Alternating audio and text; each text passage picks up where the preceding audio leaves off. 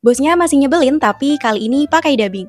Yes, Falcon Picture akhirnya ngebawa balik kisah viral kantor paling absurd ke layar kaca dalam versi animasi 3D. Dan Winsors jujur antara ngakak dan ngerasa kayak diserang PTSD kerja kantoran. Buat yang belum tahu, ini diangkat dari film live action My Stupid Boss pada tahun 2016 yang ikonik banget. Dan FYI, Falcon sengaja upload full version film lamanya di YouTube secara resmi buat promosiin si versi animasinya. Marketing yang cerdas dan nostalgia yang tepat sasaran. Di versi animasi ini, cerita masih ngangkat soal chaosnya dunia kerja dengan bos paling nyebelin sedunia. Yang kalau ngomong sok bijak, padahal semua stafnya udah pengen resign berjamaah.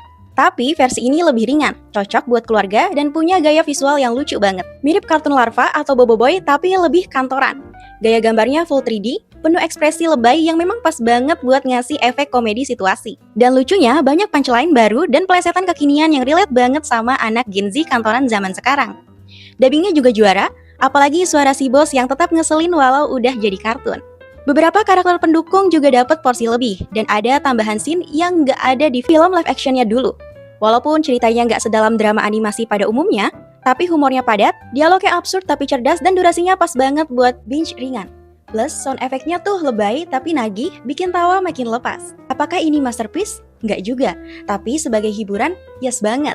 Apalagi buat kalian yang udah familiar sama dunia perkantoran, ini bisa jadi bahan tertawa bareng keluarga, teman, atau bahkan sama bos sendiri, kalau berani. Minsource jujur aja nih, daripada ngakak, Minsource malah lebih sering gemes campur emosi nonton animasi My Stupid Boss tahun 2025 ini. Apalagi di cerita versi animasinya lebih nyebelin karena film ini terlalu berhasil menggambarkan betapa menyebalkannya punya bos model begitu. Serius deh, kalau Minsource kerja di kantor dengan bos kayak gitu, mending cabut aja deh, daripada stres tiap hari. Mau ditunjukin sebaik apa sisi manusianya si bos, tetap aja kelakuannya bisa bikin rugi satu perusahaan dan bikin mental karyawan ngedrop.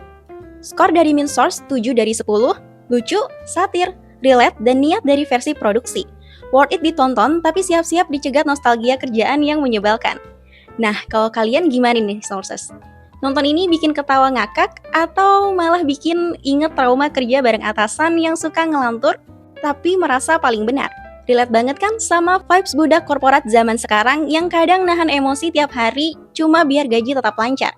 Coba ceritain pengalaman nonton kalian atau pengalaman sama bos nyebelin di kolom komentar ya. Siapa tahu kita semua bisa saling curhat sambil ketawa atau sambil pengen nimpuk meja.